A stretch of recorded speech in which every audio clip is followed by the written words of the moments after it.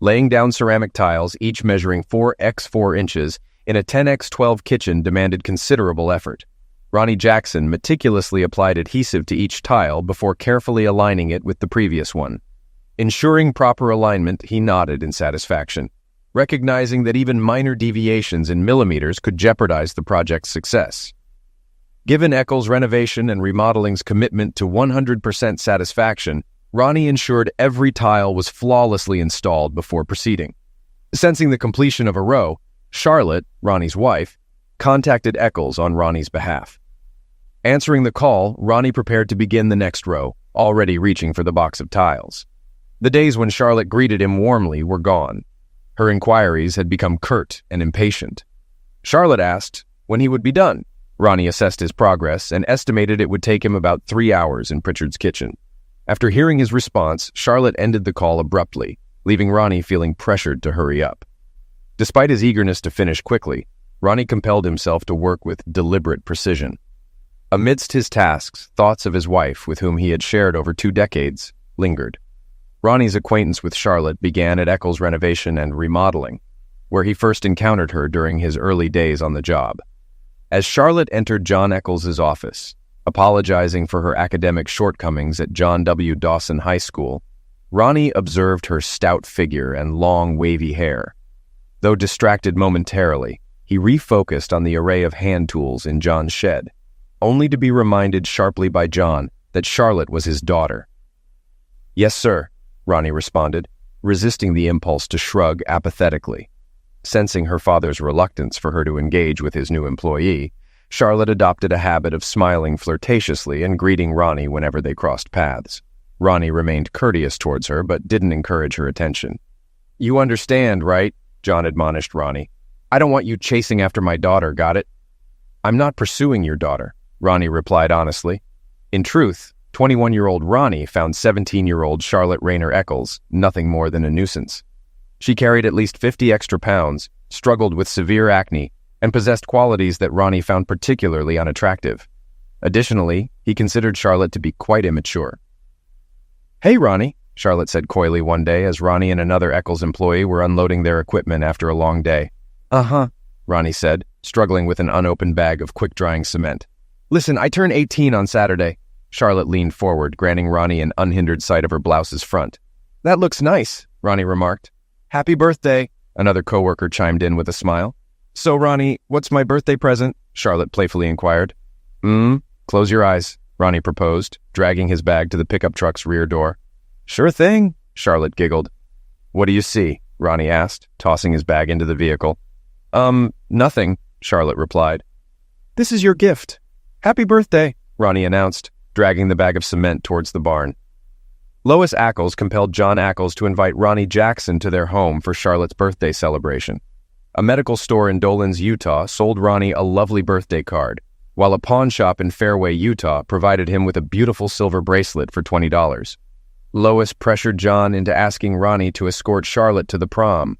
Despite wincing at Charlotte's appearance in a tight sleeveless dress, Ronnie courteously accompanied her, posing for photos, dancing with her, and escorting her home with a goodnight kiss. Days later, John reprimanded Ronnie for Charlotte's heartbreak due to his failure to call her. Despite his reluctance, Ronnie contacted Charlotte and asked her out, leading to subsequent dates.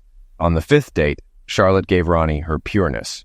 Tracy Lois Jackson was born 5 months after their wedding, and for the subsequent decade, Ronnie Jackson endured the least desirable assignments at Eccles renovations and remodeling. Ronnie was convinced that on some occasions, John Eccles deliberately secured jobs for Eccles renovation and remodeling just to burden his son-in-law with arduous tasks.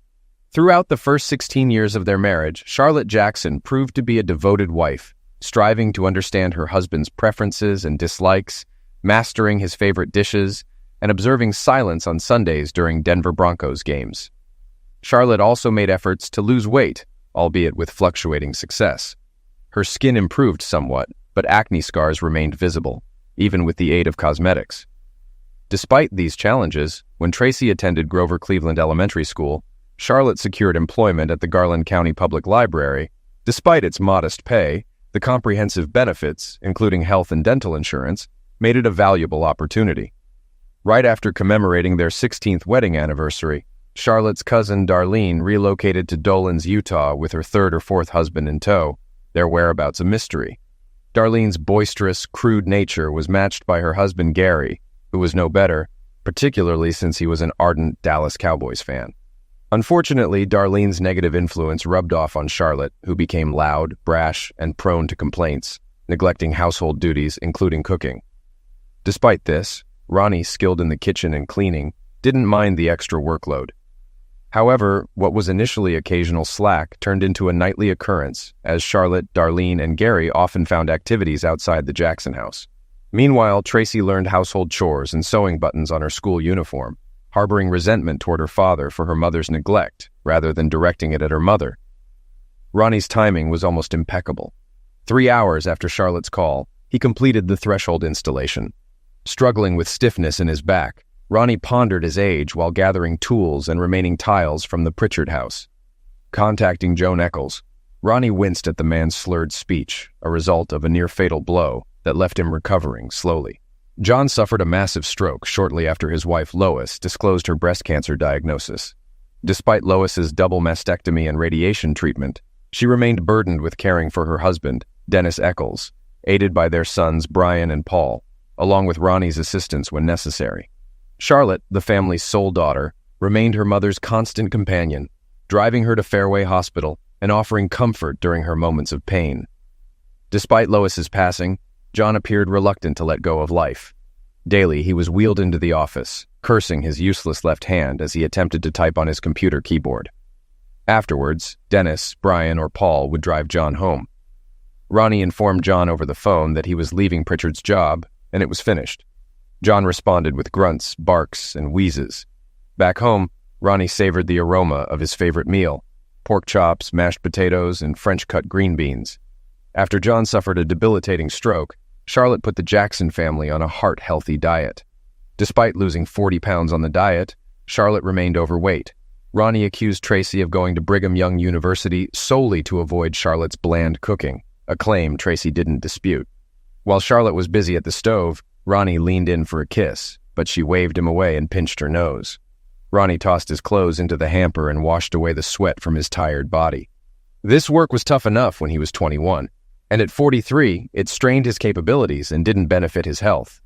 However, Dennis, Brian, and Paul paid no heed to his struggles. With mounting medical bills from John Eccles' rehabilitation, they claimed there was no money in the budget to hire help. Drying himself off, Ronnie ignored the reflection of a fit man in the foggy mirror. Clad in a t-shirt and shorts, he went downstairs just as Charlotte was setting his plate. "For dessert, we've got hot apple pie," Charlotte announced, placing a frosted mug and a can of beer before him. "Oh my God," Ronnie exclaimed inwardly, feeling bile rise in his stomach. He recalled the last time Charlotte served him frosted beer, enjoying it on her 35th birthday, months before their 17th anniversary. As Tracy was out with friends, Charlotte poured Ronnie a beer in a frosted mug. He savored the taste of the cold drink until Charlotte interrupted, saying, "Darling, there's something I need to talk to you about." Ronnie remained silent as Charlotte spoke at length about nothing in particular. Eventually, Ronnie urged her to get to the point, as his beer was almost finished. Charlotte then revealed that Darlene and Gary weren't exclusive. They had an open marriage. She then asked Ronnie if he had ever considered being unfaithful. "Indeed, I am a man," Ronnie affirmed. "I was eyeing that girl Shelley at the gas station," he confessed. Charlotte retorted, "Shelley from the gas station? As if you'd ever stand a chance." "But I'm married," Ronnie added. "Sure, I think about it, but that's where it ends." "Did you think I'd take it further?" Charlotte pressed on. "Did you believe you could act without facing consequences?" "I can't, Charlotte," Ronnie stated. "We're married. We made vows before our family and friends." Finishing his drink, Ronnie got up, cleaned his mug, and said, "We pledge to be faithful, to forsake all others, including Shelley from the gas station." "We could renew our vows," Charlotte proposed. "No new vows?" Ronnie replied firmly, placing the clean mug in the cabinet. "Our original vows suffice. While Darlene and Gary may have an open marriage, we don't and never will." "But," Charlotte began. "No buts. End of discussion," Ronnie cut in, exiting the kitchen. Ronnie hoped that was the end of it. However, Charlotte revisited the topic twice more. Each time, Ronnie firmly declined. "But honey," Charlotte persisted, "it's a testament to our love. We trust each other enough for this." Annoyed, Ronnie retorted, Do you even hear the nonsense you're saying? If you think I should let you cheat to prove my love, maybe I don't love you." Frustrated, when Charlotte mentioned an open marriage for the fourth time, Ronnie called her father. Charlotte watched the phone ring. "Hello, John. How are you?" Ronnie greeted. Charlotte's expression turned pale, realizing Ronnie was speaking to her father. Adding to her unease, Ronnie asked for Lois. "Hey, Lois, Charlotte has something to share with you," Ronnie conveyed. "Charlotte, tell your mom about what Darlene told you." Reluctantly, Charlotte took the phone from Ronnie. As she tried to stand from the table, Ronnie, foreseeing her move, firmly restrained her. Feeling cornered, Charlotte rambled incoherently and eventually ended the call. "You're despicable," she snapped at Ronnie. "Listen, Charlotte," Ronnie warned. "Mention this open marriage idea again, and our marriage will end. We'll get divorced." Charlotte never raised the topic again. Relieved, Ronnie noticed Darlene and Gary's efforts to reach out diminished. The pair, labeled the Toxic Twins by Ronnie, visited less frequently. Fast forward 5 years, Ronnie observed Charlotte pouring his beer, nearly overflowing with foam. She wasn't adept at it. "I'll be 40 next Tuesday," Charlotte began as Ronnie tasted his pork chop. "Yes," he acknowledged, swallowing. "And I was a Vestal when we met," Charlotte added. "Turning 40 and being a Vestal," Ronnie remarked, taking another bite. "The big 40, Charlotte emphasized. "During all this time, I've only been with one man, luckily for you," Ronnie quipped. "You've been with what, at least 10 women?" Kid Charlotte queried. "Is that fair?" "Life isn't always fair," Ronnie responded, sipping his beer. "Considering my upcoming birthday and all I've done for you, Tracy, and my parents, I think I deserve some freedom. Darlene and I are heading to Las Vegas next week. She found a good deal at a casino," Charlotte shared. Ronnie continued eating and drinking. "While there, we might meet some guys," Charlotte proposed. "Not necessarily for anything serious, just a date. Let me see what it's like with someone else. It might make me value what I have even more," she said. "The sauce is almost perfect," Ronnie commented. "What's your take?" Charlotte inquired. "I've told you. The sauce is nearly spot on," Ronnie responded. "Charlotte, this is about me branching out, gaining experience," Charlotte retorted. "So, you're suggesting I'm being unfaithful?" Ronnie questioned. "I've made up my mind," Charlotte asserted. "You can either support me or opt for a divorce. Your choice." "I'll initiate the divorce," Ronnie stated. "Do we have any ice cream for this pie?" "Hold on, Charlotte. Divorces cost a fortune. We can't just brush that aside," Ronnie exclaimed, surprised. "What's there to discuss? You've clearly decided everything. You and your dubious cousin are heading to Vegas. You're not asking. You've already chosen Vegas. Forget our massive pile of bills here. You're off to Vegas for your Big 4 celebration. And while you're at it, maybe a date? Even though you're married, you think that's okay? I either support your plan or face divorce," Ronnie said, pushing his empty plate away. "Does this pie come with ice cream?" "It's just for 1 week," Charlotte defended. "A week, a day, a minute. It doesn't change anything, Charlotte," Ronnie responded, slicing a piece of pie. "Infidelity is infidelity, and I won't be married to a cheater. So, no ice cream. Maybe you can take Darlene," Charlotte proposed. "Absolutely not," Ronnie chuckled. "Charlotte, I wouldn't be with Darlene if she were the last person on earth." Ronnie tasted the pie, frowned in distaste, and said, "Oh, wonderful. You used that aspartame stuff, didn't you?" pushing his plate away. Standing up, Ronnie wiped his mouth, exiting the kitchen. "I'm seeing a lawyer tomorrow to start the divorce process," Ronnie declared, heading upstairs. "Pritchard's job was done, and Dennis wasn't planning anything until he got the green light to rebuild the federal savings and loan. But Ronnie—" "You never listen," Charlotte interjected. "Sure," Ronnie yelled from downstairs. "You never heard me. I told you the consequences if you brought this up again. We're getting divorced." In their third bedroom turned home office, Ronnie powered up the computer. Though outdated, it still functioned and had internet access. After entering a search, Ronnie began looking for lawyers. He found Penny Barnes's online form and completed it. Shortly after, he received a call confirming an appointment with Penny Barnes. The next morning at 10, after Charlotte cleaned the kitchen, she went upstairs. Undressing, she got into bed undressed. When Charlotte pressed against him, Ronnie pulled away. "No thanks," he said, turning away. "Good night." Ronnie woke up at his regular time, 5:30 in the morning. Even though he didn't have work, he still rose at his customary hour. Quietly, he left the bed and softly closed their bedroom door. Descending to the kitchen, he brewed coffee and checked his email on his cell phone. An email from Penny Barnes's office detailed what he should bring to the 7 o'clock meeting. Ronnie debated having a second cup of coffee. Hearing Charlotte moving around upstairs, he chose not to make coffee for her. If she wanted some, she could make it herself. No, I told him, give it to me. Charlotte's voice came from her cell phone as she descended the stairs. Spotting Ronnie calmly reading news on his phone, she let out a shriek. She quickly ended her call and pocketed her phone. Ronnie, what are you doing here? Charlotte inquired. I mentioned Dennis hasn't received approval to start rebuilding the federal savings and loan, so I'm free today, Ronnie replied. The grass is too damp to mow, so I caught up on today's news. Did you hear Burns & Burns is considering a second location? You could have saved me some coffee, Charlotte complained. You can ask Darlene to make you some, Ronnie replied, placing his cup in the sink. Penny Barnes, an attractive brunette, wore glasses that Ronnie suspected were just for show, to appear more intellectual and serious. Penny remarked, examining their financial documents. You recently refinanced at 3.9%? My daughter's in her final year, Ronnie explained. Plus, my in-laws had hefty medical bills. Their deductibles were sky high, then funeral costs. And Eccles was nearly bankrupt. A couple of projects went over budget because Paul failed to time the orders right. Yes, Penny nodded, reading on. So, Mr. Jackson, how will divorcing your employer's daughter impact your job? I plan to end the relationship, Ronnie responded, a hint of a smile appearing. But Mrs. Jackson's position at the Garland County Public Library shouldn't be jeopardized, Penny speculated. By Friday, Dennis still hadn't gotten the go-ahead for the federal savings and loan renovations. Ronnie was at home completing renovations when Charlotte called. What's this? What kind of scam? Charlotte yelled as Ronnie picked up. Oh, you have the documents, Ronnie remarked. What's the issue with the first-floor bathroom? You mentioned something needs fixing, but honestly, I can't figure out the problem, Ronnie asked. The lock is sticking, Charlotte replied. We'll need to discuss this when I get home, all right? No, we've already had that discussion. Talking hasn't helped, especially when you seem more inclined to heed Darlene over your own husband. So I'm done talking, Ronnie stated firmly. All right, I see what's going on. Got it. Goodbye. But I don't want a divorce, Charlotte lamented. And I don't want to be married to an unfaithful person, Ronnie shot back. Anything else? No. Goodbye then. Ronnie declined Charlotte's subsequent call.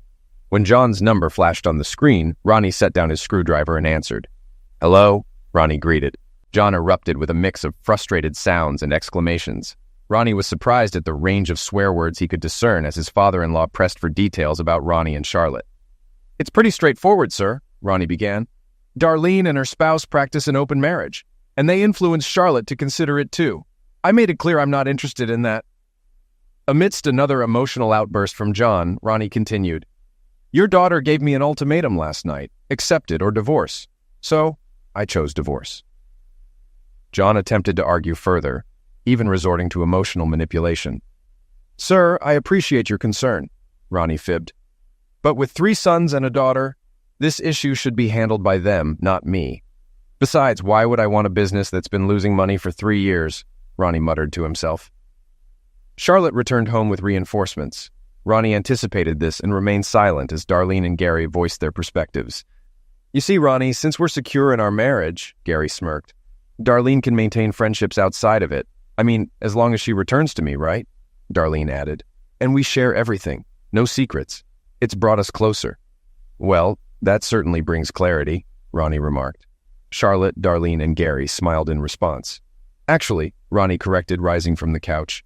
After our divorce, Charlotte, feel free to share your life and inner world with whomever you choose.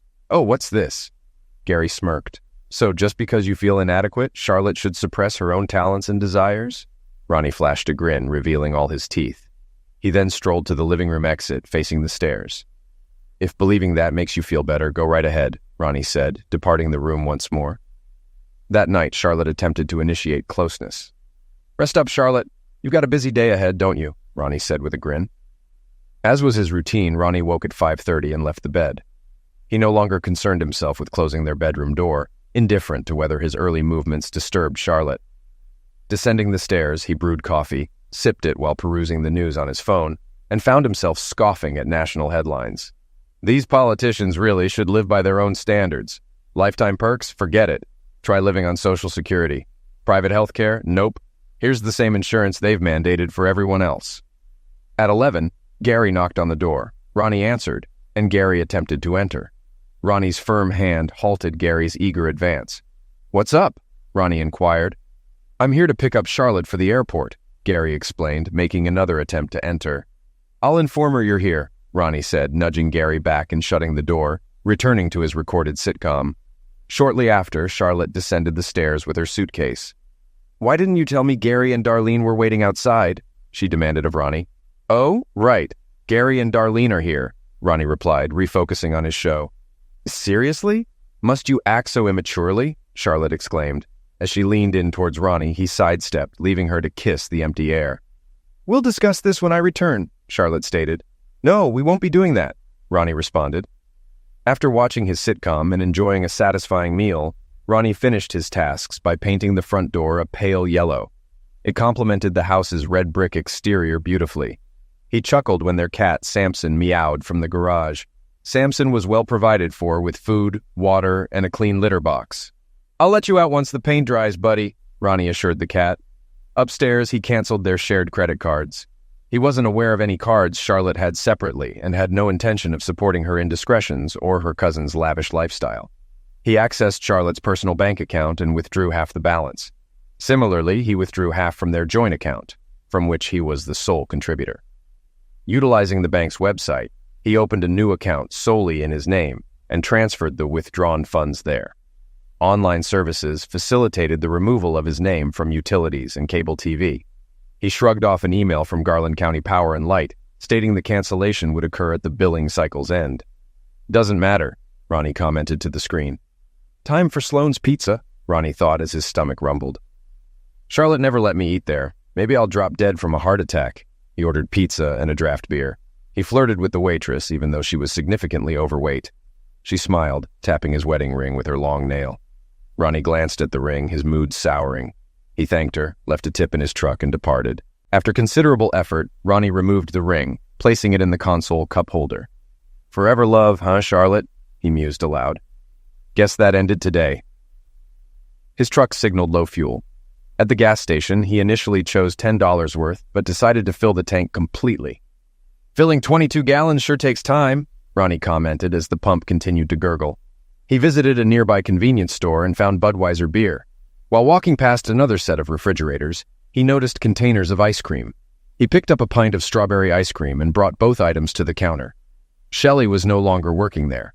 She had gotten married, much to the disappointment of Ronnie and many other men who frequented that gas station just to see her behind the counter. However, Shannon Carlisle, a petite brunette now working there, was almost as attractive as Shelley. Ronnie grinned as Shannon stepped onto a milk crate she had placed by the cash register. On a previous occasion, he had asked her height, to which she sharply responded, "I'm 4 feet 8 inches tall." "How short are you?" Ronnie quipped. Her eyes widened momentarily, then she burst into hearty laughter, brightening her already pretty face. From then on, she affectionately referred to Ronnie as Shorty. "Your wife out of town, Shorty?" Shannon inquired, observing his purchases. "My wife is gone for good," Ronnie replied. Shannon glanced at Ronnie's left hand, then met his eyes. After studying his face briefly, she asked, "So where are you taking me on our first date?" Brushing her thick brown hair back with her hand. "Shannon, as lovely as you are, why would you want to date an old guy like me?" Ronnie questioned. "That's about 7 inches, Shannon remarked, bagging Ronnie's items. Charlotte's 40th birthday was on Tuesday. On Wednesday, their daughter Tracy called Ronnie. "Eckley's renovation and remodeling," Ronnie answered. "Dad, yesterday was Mom's birthday," Tracy informed him. "Yeah, so?" Ronnie responded, scratching his stubbled face. "Why didn't you call her?" Tracy pressed. "I didn't want this," Ronnie sighed. "I just didn't, kiddo." "Why?" Tracy persisted. "You'll understand soon," Ronnie replied. "Your mother believes that now that she's 40, she should be with other men." "What?" Tracy exclaimed. "What do they teach you in school?" Ronnie retorted. "She's married. Married women don't date other men," Tracy clarified. "Oh, that's so old-fashioned," Tracy laughed. "Goodbye, Tracy," Ronnie said, ending the call. 10 minutes later, Charlotte's number appeared on Ronnie's phone. Despite recognizing the caller, he answered, "Eckley's renovation and remodeling." "Hi, Ronnie," Charlotte greeted firmly. "So, how's being a 40-year-old?" Ronnie quipped. "This isn't a joke, Ronnie," Charlotte snapped. "I agree, it's not funny," Ronnie conceded. "And thanks for canceling the credit cards," Charlotte added. You're welcome, Ronnie responded. Anything else? My birthday was yesterday, Charlotte mentioned. Why didn't you call? Ronnie questioned. I didn't want this. Maybe whoever you're with would have wished you, Ronnie suggested. Grow up, Ronnie, Charlotte retorted. Really, Charlotte? Adults honor their commitments and respect their vows, Ronnie stated. Who's Melissa Kalick? Charlotte inquired. Remember Melissa Strome? She married Lucy Kalick, the bank manager, Ronnie clarified. Regardless, she's employed at Gold Standard Real Estate now. I've got this adorable redhead. She's as charming as can be. On the bright side, she believes she can quickly find a buyer for our house, Ronnie shared. Buyer?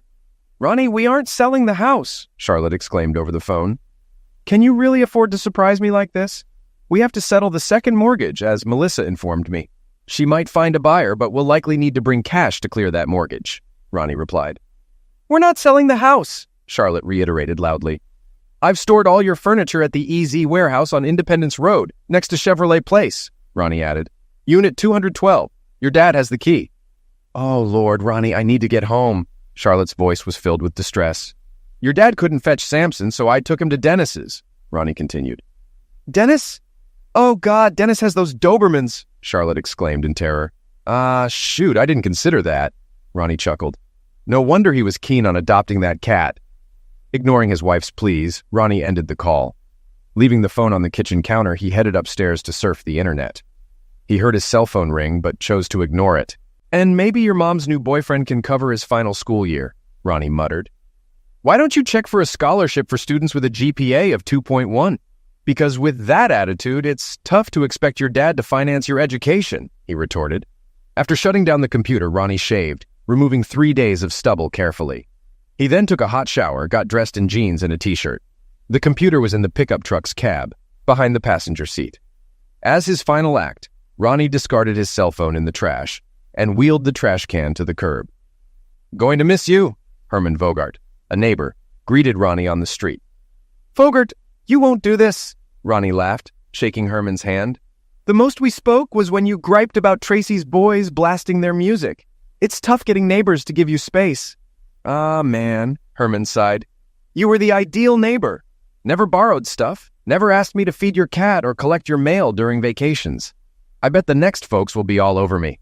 You brought it on yourself being so friendly, Ronnie remarked. The trash can's ringing, Herman pointed out. Mind your business. It's probably some critter, Ronnie smirked, shaking Herman's hand again. Charlotte tried unlocking the front door, but found her key didn't fit. She pulled out her phone, dialed the number for Gold Standard Real Estate listed on the sign, and stared at it in disbelief. Her phone was fully charged, but it seemed faulty. Darlene lent Charlotte her cell, while Gary checked the house's windows and doors. Charlotte whispered curses when the call connected. Gold Standard Real Estate, Melissa Kalick speaking, Melissa greeted cheerfully. This is Charlotte Jackson, Charlotte snapped. My key doesn't work at my house. Ah, Ronald Jackson's ex, Melissa chirped. Ex, Charlotte retorted.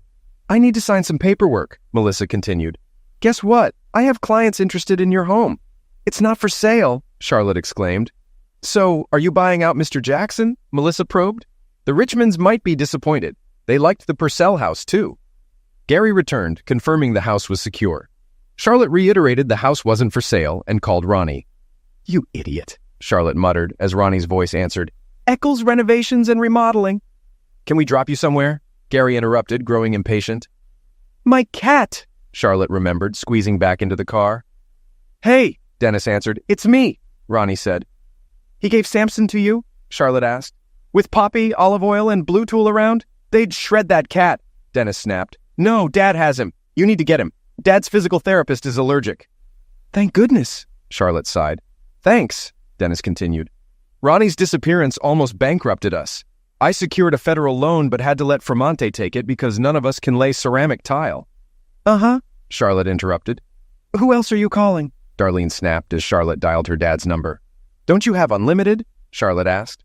Nope, 1,000 minutes monthly. Mr. Football used most, Darlene replied. Last call, Charlotte assured. John angrily agreed to let her come over. Gary drove them to John Eccles' house. Darlene and Charlotte hugged, and Charlotte headed inside. How was it? Gary asked Darlene as she got in the car. Disastrous, Darlene sighed. Who'd want her? Not with you around, Gary joked, watching Charlotte enter. Any money from her? Darlene inquired. Almost, Gary said, pulling out. Ronnie's such a pain. Can you hear me? Darlene sounded frustrated. He canceled her credit cards. She used her debit, Gary explained. ATMs are everywhere, Darlene pointed out. She got about $10, Gary muttered. We need gas, Darlene stated. With ATMs and the internet, she's fine, Gary reasoned. Unless your football-obsessed hubby isn't hogging minutes, Darlene retorted. Here's $20, Gary handed Darlene. She went online, Darlene concluded. What's the connection to ATMs? Gary inquired as he steered into the gas station. Charlotte noticed Ronnie covered half her bill. Just grab $10, all right?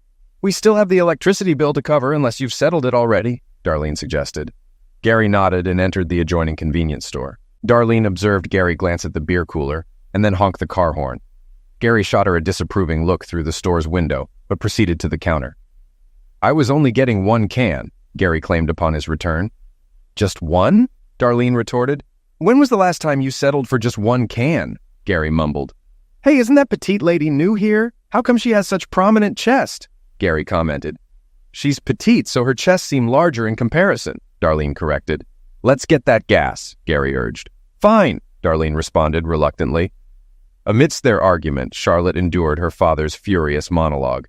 Since his stroke, John's language has become increasingly crude, and he didn't shy away from using derogatory and harmful words to describe those around him. When was the last time you looked in the mirror? John questioned. Fat pig. That face looks like it was doused and saved with an ice pick, John went on. Dad, Charlotte exclaimed, deeply hurt. Turning 40? So what? Women hit 40 every day, John grumbled. But not all betray their family at 40. John gestured towards legal documents on the coffee table. Just then, Samson entered the room. You'll need a lawyer, and I have to clean that cat litter box, John snapped. Good Lord. I don't know what that animal eats, but it stinks to high heaven, John muttered. You're back in your old room, John said tersely. I hope betraying us was worth it. Do you hear me? I hope it was. 40 years old and still making foolish choices. Later that night, lying in her childhood bed, Charlotte gazed at the wallpaper she and her mother had chosen when she was 8. Samson remained still as Charlotte switched off the light, staring into the darkness. The week of her 40th birthday had begun on a high note. The flight to Vegas was smooth, Charlotte recalled, watching the city lights emerge below. After checking into their hotel, Charlotte and Darlene tried their luck at the roulette table before opting for dinner. Charlotte felt humiliated when a waiter informed her her credit card was declined. The second met the same fate. The manager brought out her third card with a stern expression. Charlotte tried her debit card, which thankfully went through. Upon checking her bank, she discovered her balance had been halved. Both she and Darlene blamed Ronnie Jackson, feeling he had overstepped. Way overstepped. Come on, Darlene, Darlene urged. We're in Vegas. We can't let this setback spoil our fun, right? However, watching Darlene lose $300 at the blackjack table dimmed the evening's excitement a bit. That was Charlotte's $300, Darlene muttered. Charlotte struck up a conversation with a handsome young man at a bar, 25-year-old David Daltrey, and they headed to her room. It was a brief 4 minutes, Charlotte, Darlene quipped. Charlotte caught David attempting to snatch her wallet from her purse. Darlene lamented her $100 daily limit. Lady Luck wasn't on Darlene's side this trip, Charlotte joked. Darlene's $100 seemed to vanish as soon as she left the hotel room. On Tuesday evening, my birthday, I approached another young man, Charlotte remembered. He smirked and said, Lady, if I wanted closeness with a 300-pound woman, I'd be home with my wife. He then suggested a blind convention nearby, mocking my appearance. Feeling hurt, Charlotte took the elevator to their room. Seeing the "Do Not Disturb" sign, she groaned and spent hours in the lobby coffee shop. Eventually, she messaged Darlene about returning. Back in her room after a shower, Charlotte wore hot lingerie and lay in bed staring at the ceiling. She noticed Ronnie hadn't called or texted for her birthday. Tracy didn't call either, but sent a birthday text. Checking her phone, Charlotte felt the sting of her husband's neglect. Yet she appreciated birthday wishes from Dennis, Brian, and Paul. The next morning, Darlene grumbled about the budget, hinting she paid for their flight and hotel. By Saturday, Charlotte contemplated ending her relationship with Darlene due to her constant complaints. But with Darlene holding their airline tickets, Charlotte stayed quiet. Now in her childhood room, Charlotte sighed deeply. Her birthday month was far from a celebration. Jim Runkles, recommended by Freddie Baxter from the Garland County Public Library, reviewed the papers from Penny Barnes's office. He then delivered a blunt assessment. He gets half, you get half. The house must be sold, with profits split evenly. Expenses are shared. Despite his unemployment, he isn't seeking child support, Jim stated. But I don't want a divorce, Charlotte protested. I don't want to lose my home. I don't want to miss Jackson. It doesn't change the facts, Jim responded. One person wants a divorce, and that can lead to it. Can we get a consultation? Charlotte asked. We can request one, Jim confirmed, and Charlotte smiled. I'll call Penny's office. Listening to Jim, Charlotte glanced at his book titles, hearing mostly uh-huh and from him. All right, Mrs. Jackson, here's the issue, Jim stated, setting his phone on the table. I'm paying you to avoid issues, Charlotte responded, gripping her purse firmly. Miss Barnes doesn't know where her client is. Your husband came, settled her fee, and departed, Jim relayed. She only possesses his email address. Is that essential? It's her sole means to reach him, and no, she won't disclose the email. It's protected by attorney-client privilege, Jim clarified. Oh, Charlotte murmured, settling back in her chair. Ronnie informed Miss Barnes that henceforth your daughter will cover her tuition and dorm costs, Jim added. He mentioned something about initiating new traditions. Do you grasp what he's implying? Charlotte inquired. No, Charlotte whispered, but I suspect Tracy might. Charlotte bypassed her 41st birthday, dressing for work and leaving her room. John remained absorbed, hands limp on his lap, when his daughter planted a kiss on his cheek. Anything you need before I head out? Charlotte queried. No, John mumbled. All right, I'll depart. Take care of Samson, all right? Charlotte endeavored to inject cheer into her voice. Everything's fine. My two main guys will be good. Got it? John responded, his words interspersed with grunts and barks. Charlotte commuted to work, following her familiar route from her dad's residence to the library. Her phone buzzed, but she waited until parking to check. Happy birthday, flashed on her screen. Thanks, Tracy, Charlotte responded flatly. Thrilled for my birthday, just brimming with joy. Still, she acknowledged Tracy's greeting. Despite shedding 25 pounds since turning 40, Charlotte's transformation went unnoticed. She felt overlooked since Ronnie's departure. Shortly after Ronnie exited, Charlotte discerned the nature of Darlene and Gary's open marriage. Financial constraints bound them, leading to a loveless coexistence in a trailer as mere roommates. Darlene and Gary lacked affectionate gestures. Charlotte recalled Ronnie's warmth and kisses, especially after she cooked him a meal. However, after announcing her solo Vegas trip for her 40th, Ronnie's affection waned. Their last encounter ended with Ronnie evading her kiss. An hour post Tracy's text, Charlotte's phone rang. Reading a message from her boss questioning her tardiness, she disembarked from her car, dazed, and approached her workplace's rear entrance. Tracy received a thank you text from her mom for the birthday wishes, followed by a picture of a brown-haired little girl gazing back at her. Antoinette Barbara Jackson, weighing 6 pounds, 4 ounces, and measuring 17 inches, checked a text from her father's phone. Tracy found it ironic that her mom and younger sister shared a birthday. She doubted her mom would see the humor, or if her dad even remembered. Is this Shannon Parquet? Becky McMahon here, a brunette stated over the phone. We offer carpets, tiles, hardwoods, and laminate flooring.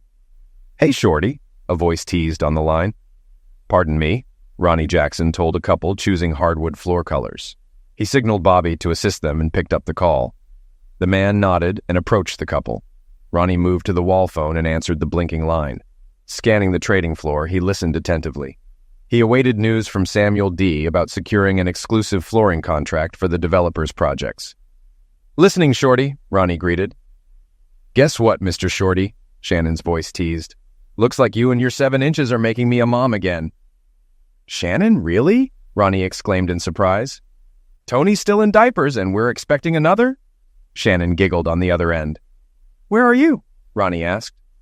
Just left Dr. Pruitt's, Shannon replied. Hurry over, Ronnie urged. We're celebrating at the Stone Grill.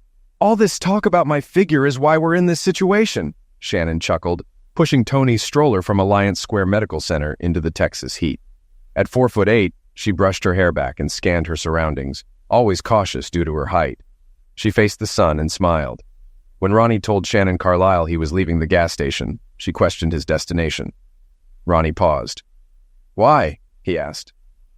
So I can forward my last paycheck, Shannon quipped, stepping off her milk crate. Heading somewhere warm? I'm already snowed in. Shannon, what's a stunning girl like you doing with an old guy like me? Ronnie teased. Ready to banter back, Shannon replied, About 7 inches. Closing her eyes, she asked, What color are my eyes? Dark brown, Ronnie answered. I have a dimple. On which side? She queried, opening her eyes. Left, he responded. And when you smile, your right front tooth peeks out, slightly crooked, he added. Why say goodbye? Shannon questioned, moving from the counter. Polly, I'm leaving. I'm not sure, Ronnie said as Polly, hauling his 312 pounds, exited the warehouse. Sure, Shannon grinned, taking Ronnie's hand. Polly, I'm out. 2 hours left, Polly protested. Feeling sick? Shannon claimed. Goodbye. Ever been to Texas? Outside Alliance Square Medical Center, Shannon whispered, Ronnie, I love you.